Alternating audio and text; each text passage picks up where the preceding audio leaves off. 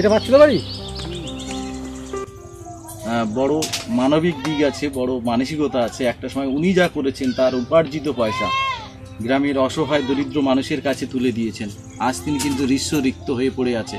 একদম গভর্নমেন্টের একটা খাসল্যান্ড জায়গাতে রয়েছে, একদম উল্টো দিকে ফরেস্ট, একদম নদী বাঁধের একটা ঢালে একটা ছোট্ট একটা বাড়িতে রয়েছে। নমস্কার দাদা। আচ্ছা, আপনার একটু ছোটবেলার কথা শুনতে চাইব। কবে আসা হয়েছে সুন্দরবন? একটা সময় তো আপনি এখানে ছিলেন না, সেটা যদি বলেন একটু। আমি এসেছি 40 বছর, 50 বছর আগে। এই তারপরে সেই জায়গা জমি দখল করে মানুষকে দেওয়া হলো। বহু অসহায় মানুষের পাশে আপনি দাঁড়িয়েছেন আপনার উপার্জিত পয়সা দিয়ে। সেই সব মানুষ আপনাকে এখন কতটা মনে রাখে? কিছু কিছু লোক আছে তারা মনে রাখে, আর 3 ভাগ লোক যারা বহু উপকার হয়ে গেছে তারা দেখা হলে তাই তো টাকা চাইবে না, কি চায় একদিকে মাথা ঘুরে চলে।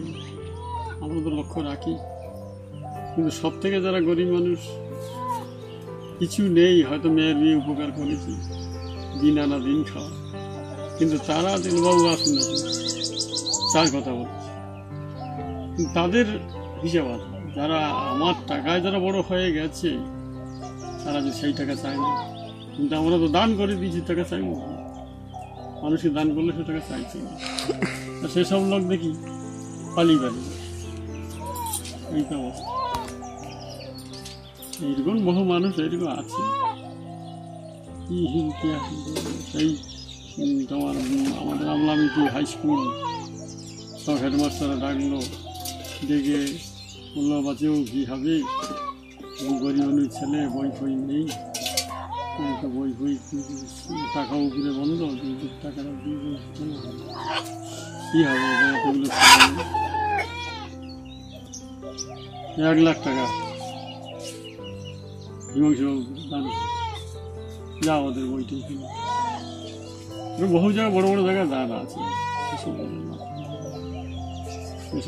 আর দিন না সেই দিনকার ফেরত আসবে।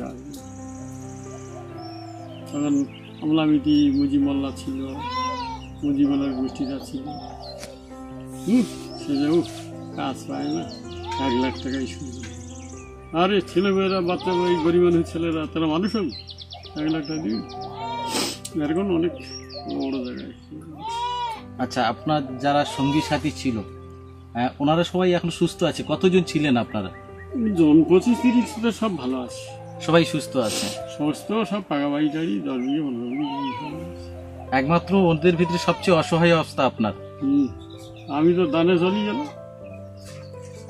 আপনার যে মহানুভবতা সেটা প্রমাণ দিয়ে দিয়েছিলেন, সেটার জন্য আজকে আপনি নিঃস্বরিক্ত। হ্যাঁ, তারা তো 10 টাকা কমে দেয়নি, তাদেরকে জেলেও খাটাই, যা খেলেছি আমি তাদের নামও বলি। তাতে তো বহু কিছু হয়ে গেছে। ওরা সিরোটে যে 32,000 হোক দিনটার টাকা ঢেলেছে ওরা, যে এত মেশিন আছে 32,000 ওর কাছে বস্তা খবরে ছিল। আপনার মনে হয়নি কখনো ভোটে দাঁড়াবো, ক্ষমতায় আসবো, প্রধান হবো, এলাকার দায়িত্ব আমি নিজে হাতে নেব, এটা মনে হয়েছে কোনোদিন? না না, আমরা মনে হলেও সেটা আমরা করিনি। অনেক ছেলেপিলে শিক্ষকই আছে, ভালো মনে করে ওদেরকে করে দেই। কিন্তু এই যে সত্য বলে একটা ছেলে, সব নেতারা আমার বাড়ি আসে, তুমি যেটা বলবে তোমার এলাকা তুমি দখল করেছো, কাকে দাঁড় করালে ভালো হয়, তাহলে তোরা বাঁচ। তা ওরা বললো যে এইরকম সত্য বলে যে ছেলেটা উচ্চ মাধ্যমিক পাস, খুব সরল সোজা ছেলে, একে দাঁড় করানো লক্ষণপুর আগে তখন আরো পঞ্চায়েত আছে, ওর গ্রুপে নিয়ে এসেছে, এক গ্রুপ নিয়ে এসেছে লক্ষণপুরে বিভিন্ন বহু লোক।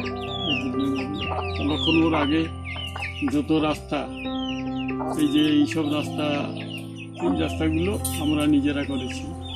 ও তার আগে ভিডিওর লগে ইনকোয়ারি করতে তাকে কিছু টাকা দিয়ে দিল, আর সাইনবোর্ড মেরে দিল যে রাস্তা কমপ্লিট। তাহলে একটাও রাস্তায় মাটি পড়লো, রাস্তা কমপ্লিট, এই সব সাইনবোর্ড ফেলি টুকরে সব সাইনবোর্ড ফেলে দেওয়া হলো, দিয়ে আবার নিজেরা আমরা লেগে চাঁদা তুলে গ্রামের লোক এই রাস্তাগুলো করেছি।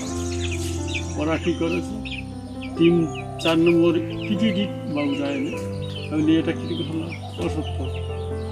এই যে 1 নম্বর ইট দেওয়ার কথা, এই টিকিট 3 নম্বর ইট বসেছি যে তো এমনি গরু হারলি ভেঙে যাচ্ছে, মানুষ হারলে ভেঙে যাচ্ছে। দাদু মাথা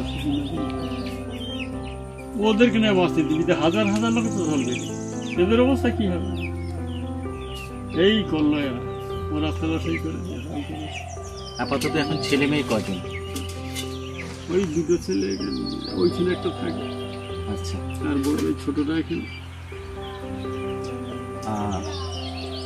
কাকিমা তো আমাদের পেছনে রয়েছে। এটা তো ছোট কাকিমা আসল। আচ্ছা আচ্ছা, তাহলে জীবনের 2টো সংসার? 2টো সংসার না, ও তো বড় কাকির। হ্যাঁ হ্যাঁ, ছেলেগুলো হয়নি বলে আচ্ছা। লেগে গেল যে ছেলেটা আটকে হয়ে যায়। আচ্ছা, প্রথম বিবাহ কোথায় হয়েছিল? ওই এক জায়গায় বাড়ি, ভাঙা তুষখালি, মানে সন্দেশখালির অপোজিটে? না না, ওই তো জেলেখালি, তারা তুষখালি। জেলেখালি আর সন্দেশখালি তুষখালি ওইখানটা, তাই তো? ওপারে বড় তুষখালি আর এপারে ভাঙা তুষখালি, পাশাপাশি। তাহলে জেলেখালি। বোন নাকি? এটা খুব ছোট। আচ্ছা, খুব টাকার। তো। আচ্ছা আচ্ছা, আর বড় জনের মেয়েটা আগে ছিল। সেটা আগের কাকিমা কি এখনো জীবিত আছে? না, উনি মারা গেছেন। ও তো বহু টাকা মজুরি পাচ্ছে, ওখানেও গেছে। আর 10 লাখ মতো চোট খেয়েছি মজুরি। ধান চাষে লোক টাকা নিয়ে গেছে, 7-8খানা মেশিন দেওয়া হয়েছে, জল সিঁচা, সেও টাকা আসেনি। মাঝে পড়ে গেছিলো, ওখানে কষ্টখানা হয়েছে, মজুরি ধরিয়ে দিচ্ছিল। আমি এই লক্ষণ মণ্ডলে বট নিয়ে গেছি, ওখানকার লোক ডেকেছে, আগে ভাগনারা আছে, ধরম ভাঙিয়ে বাবা টাকা চল। আমার সেখানে গেছি, তারা 10 লিটার চুল্লু এনেছে, 10 কিলো পোলট্রি মুরগি রান্নাবাটা হচ্ছে।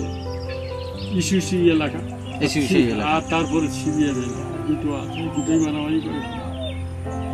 ফার্স্টে ইস্যু লোক বলতে যেহেতু এখানে বলে দেরি করে যাবে, সব বড় বড় হ্যান্ডেল বাড়ি চিনি তো আমি।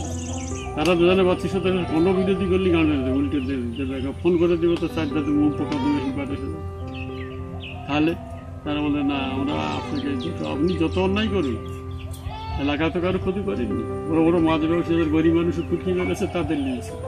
বড় বড় ট্রলার পার্টিরা এই তার খেয়ে বুড়লে 10 লাখ টাকা, এই 10,000 ভাগে পাবে, তাকে 5,000 টাকা দিয়ে বাড়ি পাঠিয়ে দেয়। তাদের কাছে আপনি অসুবিধা ঠিক। আপনার বেশি সংগ্রাম ছিল যারা মানে গরিবকে, মানে বড় লোকের কাছ থেকে নিয়ে গরিবকে বিলিয়ে দেওয়া। হুম। বিশেষ করে সমুদ্রে মানে নদীতে যারা মাছ কাঁকড়া তোলে, ট্রলারে যারা মাছ কিনতো, তাদের সঙ্গে বেশি মানে তাদের থেকে নিয়ে আপনি গরিব দুঃখীকে দান করে দিতেন।